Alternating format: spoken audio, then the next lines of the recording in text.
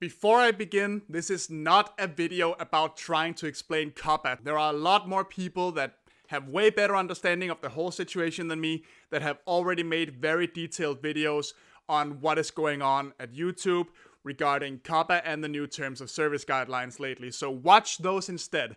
Go watch Chatronic, Mysterious Mr. Enter, Ian Corsin, who is actually a lawyer who's talking about the whole thing. They are way better at explaining it than I am. This is going to be a video about how I'm going to handle the situation and how fiction addiction is going to work from now on, but I will try to briefly recap what is happening in the broadest of terms, the way I understand it. So if you just want to get to the part where I talk about how content is going to work from now on, just skip to this timestamp right here. Right now, there's a lot of panic among a lot of YouTubers due to a change in YouTube's terms of services that demands all channels to state whether or not their content is intended for children or not. This is due to YouTube having been fined a hefty amount, which frankly to them translates to pocket lint, but that's another discussion, for violating COPPA, which is a rule from I believe 1998 that states that no online social service, social platform, social media platform can gather data on children under the age of 13.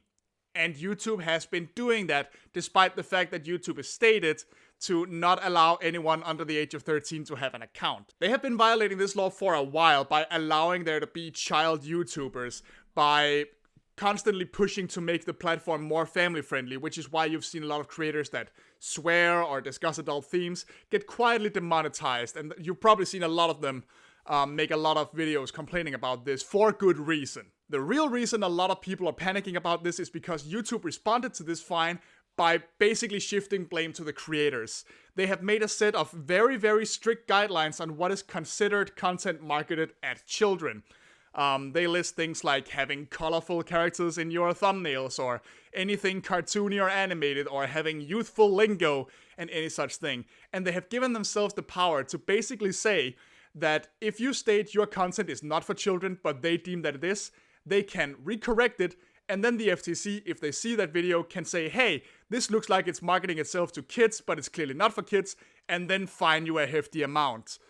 Some numbers have said like $42,000 or $11,000 per infringement. Furthermore, if you do set your content to child-friendly, you will lose things like comments, you will lose things like showing up in recommendeds or in searches, all sorts of things that will severely cut into people's revenue if they happen to make family-friendly or child-friendly content. While in turn, they are still demonetizing people that talk about anything too adult, yet according to this rule set, if you're not adult enough, you can get fined. Now, once again, I'm not the guy who should be explaining this. I'm not even sure everything I just said makes any real sense, but it has a lot of YouTubers in a panic about losing their revenue, about getting fined, and all of that. I'm not saying this panic is totally unwarranted. I panicked myself and actually made a pretty sizable post in my community tab a couple days ago talking about this whole thing and what that means for me, considering I review video games and cartoons and stuff like that, which these bots that they say they'll instate, or the FTC themselves, who don't really understand what user bases exist on YouTube, which they state will be grounds for deeming my videos child targeted. And I think we can all agree that my content is definitely not child friendly. Like, yeah, I talk about cartoons and video games, but I do so with a lot of swearing. I do so from an adult perspective, trying to review it with an adult mindset for the adult viewers that enjoy the same content as kids. The real problem is that YouTube's terms of services are vague and very, very easy to abuse. And that's what people are really protesting here. Because as it looks right now, and with the way that the FTC are saying that they intend to shoot fish in a barrel and will be able to target the creators themselves rather than just YouTube alone, it makes it sound as if basically somebody's coming to knock on our doors and delete all our channels in one fell swoop. Again, I'm not the person who should be discussing this. I don't know enough about law to make a real educated guess on all this, but I don't think that the big YouTube apocalypse that people are claiming will happen is going to happen. It's going to do damage, it's going to suck, and it's going to make life a lot more difficult for a lot more YouTubers, but I don't think this is the end times the way people are describing it. What I think has happened is that YouTube has been fined for breaking the law, and the FTC and YouTube themselves are creating a set of rules that is created from the outlook of someone who doesn't use YouTube regularly.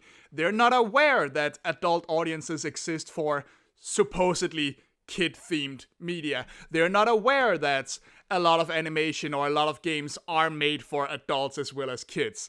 These are, it sounds so mean, but these are most likely a bunch of very out-of-touch people that are looking at content not made for them and judging it based on that. But what's important to remember is that this law, COPPA, exists for the purpose of preventing people from, from exploiting children. Sorry, you gotta remember, this is my second language.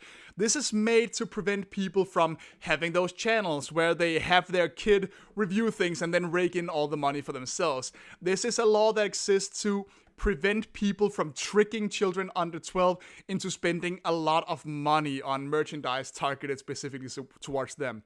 The people that should be afraid are the ones that should be afraid. They're the people that have been breaking YouTube guidelines for a while that YouTube have done nothing about. See, those super big scary numbers like $11,000 and $42,000 per infringement, there's a couple words that go before them, and that is up to. Though that means that that's the max amount that can be fined towards egregious offenders, towards the people that very deliberately target and gather data on children for their own personal gain. And here's the thing, like, most YouTubers do not do that and do not have the means to do that just by uploading content to YouTube. Now, obviously, even small fines can be very damaging. Let's say that even I just got a $20 fine per video I've made. That quickly throws it to the thousands, and that's obviously devastating. I get why people are scared, but I just don't think that the FTC are intending to go around knocking down doors to the small channels, because one, dragging someone to court takes time and money, it's expensive as all hell, and two, they often don't actually really will have a case there, because YouTube is the one doing the data mining. YouTube is trying to shove all its creators under the bus here. They're just trying to say, oh, but they did it after they paid their fines. They're being sued for a lot of things. Like, not just this, a lot of other things are happening to YouTube right now, thanks to their insistence on using machine learning that very clearly does not work. On top of that, looking into all of it, I'm Scandinavian. I'm outside of the FTC's jurisdiction. I'm pretty sure that by all accounts, they cannot actually fine me specifically or other content creators that don't live in the US. However, YouTube's terms of services can apply worldwide. So on paper, I can set my channel to not for children, and I have with all my channels, all I want, but YouTube can set a bot to look at my thumbnail, and that bot can go like, hey, there's a cartoon character in that thumbnail, set it to 4 kids, and I just stop showing up in anybody's recommendeds or in searches or anything whatsoever. And that's, that's obviously terrible. But I just don't think the FTC will deliberately target every single little guy on YouTube that way. I don't think they will knock down your door and slap you with $1 million fine the very instant we go to January 1st, 2020. That's not going to happen. It's just not feasible. I think what has happened here is that when the FTC refers to creators, they're not aware that that word basically means everybody with a YouTube account. I think they're still referring to people who very deliberately target children with their video content. I think YouTube are the ones that are really doing something awful here by creating way too vague guidelines that are very, very easy to abuse. Don't misunderstand me though. I'm not saying no damage will be done. This will do a lot of damage. This will make life very difficult for YouTubers, both big and small, and that includes whoever your favorite content creators are. They will face difficulty. They absolutely will, and this will suck. And maybe I'm wrong. Maybe this is like a nuke that will go off and blow up everything on YouTube that isn't already cookie cutter, high profile celebrities that are doing video content. I do not know, but I just don't think that the total apocalypse that people are seeing coming is in any way realistic. It's a law that is completely impossible to enforce at the level that it sounds like they're trying to enforce it. However, obviously I do have to adapt and try to cover my own ass in case things really do go completely crazy in a while. I have been panicking as much as everyone else. I already talked about the big post I made in my community tab, and I wanted to have a video out a couple days ago actually, but I haven't even written it.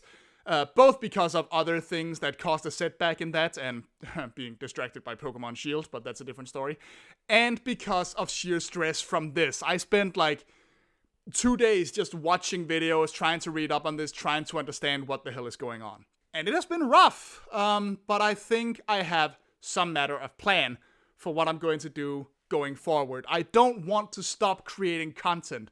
I don't want to stop creating content the way I do and the way you know me as creating content. But I am going to have to do a lot of things very differently. First and foremost, social media lawyer Ian Corzine, I think that's how you pronounce it, I'm very sorry if I get it wrong, Ian, made a very detailed video on YouTube and COPPA as a whole.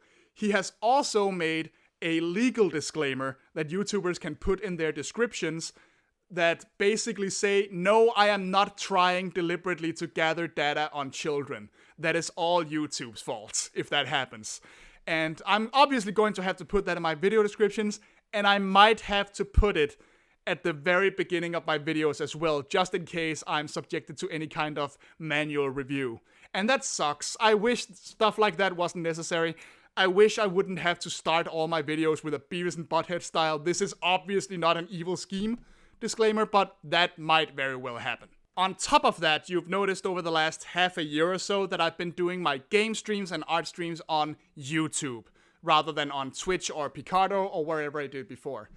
I did that for a couple of reasons. The main reason being that I seem to have a bit of trouble dragging you guys over to my Twitch channel whenever I advertise for it, and I understand that. I live in a different time zone than a lot of you. Not everybody follows me on Twitter when I post it there. I totally get it. But as YouTube as a platform stands right now, I don't trust it enough to allow myself to stream on there. So I'm going back to Twitch. You can find a link in the description and on screen here for my Twitch channel. And all future game and art streams will likely go there. I need to rework that page a little, call it something else, make some new graphics on it. That might take a while. But yeah, I'm definitely doing that. I'm going to Twitch and trying to build up a separate following there. That's going to suck. That's going to be hard. I hope all of you will join as often as you can, because that's also a thing I really want to do. So that's it. No more streams on this channel on YouTube stream. And finally, I'm sure a lot of you are thinking, but what if YouTube does explode upon itself? What if you do get shit canned? What if your channel is blown up right that instant? Well, in that case, there is Blair. Blair is a fairly new site that has existed for I think a couple of years now, that basically tries to be what YouTube used to be. A place for people to upload content indiscriminately. Basically, they still have to abide by laws. COPPA is not a YouTube specific thing. That is a law that all websites have to comply with, of course. But they're trying to be a website that is a lot less strict, relies a lot less on machine learning than YouTube, and intends to be a lot more transparent about their practices, because frankly YouTube have been scummy as hell for a couple of years, and I don't think that's a secret to anyone. So what I'm going to do is I have made a Blair account, you can find it here, and on that account I will, over the next couple days, I can only upload so many videos a day at a time, be re-uploading all my reviews, top 10s, all of that. I don't know about speed paints or game footage yet. I don't know if you can have more than one account on Blair. I'm looking into it. But I'll be re-uploading all my stuff there, as well as putting all future content on Blair, as well as YouTube, just so I actually have a backup in case everything goes crazy, so my content does not disappear. So basically, and I hate to do this, I know it's a lot of work for you guys, if you want to follow me, and if you want to make sure that you follow me, even if one day YouTube just explodes upon itself, I'm going to need you to go to Blair and please follow me if you like my content. It would give me a great head start on there. It would ensure that you get my content no matter what you do. And I'm just doing that as a backup. I'm not saying Blair is necessarily the new YouTube, or that is the savior that is coming to save us all. A lot of sites have tried to be new YouTube, and they basically all failed. We all remember VidMe, which I also joined, which seemed to be doing well and then kind of fell flat on its ass. And that's unfortunate. YouTube has very much monopolized the market. There's really no other platform like it, and that's the real problem. They can get away with all the shit they're doing. Well, mostly they finally had to pay a fine because there's nowhere else to go. So I'm not saying, this is not a dramatic I'm quitting YouTube and moving to Blair thing at all. This is me saying now my content is also there, and it will be there if the worst does happen. Now, I probably have an easier time taking it a little easier with this whole COPPA FTC thing because YouTube is not my primary source of income. I'm a very small YouTuber. I do have ads, I do make ad revenue, but I've had maybe like 2 payouts over the course of 4 years, and that's fine. That has been very helpful. I'm very grateful to anyone who watches the ads or supports me in any other way. My livelihood isn't at stake here, so obviously I'm in a better position than many of the big YouTubers whose are. But this leads me to a new point that I gotta bring up. Patreon, Ko-fi, and other support sites. I don't want to use this video as a way to beg or anything like that, but if you want to support my work, Patreon, Ko-fi, and other such things are more important now than ever. And that doesn't just go for me. That goes for every single creator that you follow, because things are going to get difficult. They're going to lose so much ad revenue depending on what these bots do. So please, if ever you've considered supporting me on Patreon or going to my Ko-fi and donating every now and then, this is the time. This is where it's at. And I know, we actually got to talk about this too. I know I have been utterly terrible at using Patreon regularly. I know that I don't know how to use Ko-fi efficiently. I also know that I said like a year ago that I'd get a lot better at using Patreon and have failed at that. And that's why I am open to suggestions from you guys. I frankly don't know what to offer you on Patreon. I want to make that better. I want to make that more attractive to you guys. So please tell me, what would you guys like to see on a platform like Patreon that could in any way make you want to support it more? Again, I really don't want to beg. I'm not telling you all to go there or you're not a real fan or you don't support me. No, fuck that. No, I love you guys. I'm so happy that you're watching my work. This random Danish dumbass who just talks about movies and cartoons all the time. I appreciate it so much. Anyone who has donated at any point, anybody who's still donating right now, I appreciate it so much. You cannot imagine how much that means to me.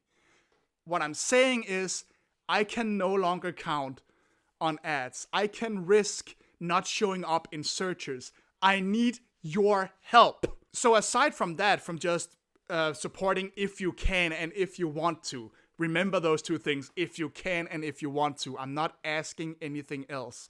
I'm going to need you to help me out. I'm going to need you to share my links. I'm going to need you to retweet when I stream.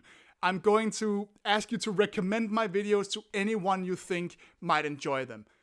Every YouTuber right now needs their audience's help way more than they ever have before. So that's the long and short of it. We're going into some difficult territory. I don't think it's quite the Fallout 5 everybody is expecting this will turn out to be, but it's going to get hard, and we all need your support.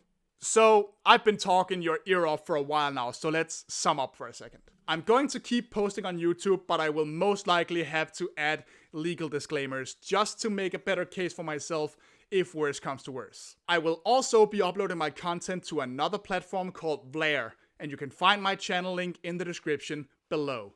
This is another option for if the worst thing happens and YouTube implodes upon itself. Then my stuff will be there, and I'm looking into what I can do about art videos and game videos and such. I will no longer be streaming on YouTube. I will go back to Twitch for all gaming and art streaming purposes. I want to hear from you what I can do to make things like supporting me on Patreon or Ko-fi more attractive to you. YouTubers need your support. I would love your support, and I want to know how I can give you the best things in return for that support.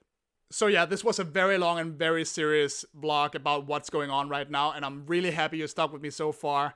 And regardless of what happens, I am so thankful that you've watched my work, that you've enjoyed my work, and that I've been able to share all the weird and crazy things I find with you guys. It's a lot of fun to make these videos. I really don't want it to stop, and I really hope you guys will follow me wherever I go with more of this content. So that's it. Let's all persevere, let's all get through this, and let's continue making and enjoying videos. See you later, everybody. Bye.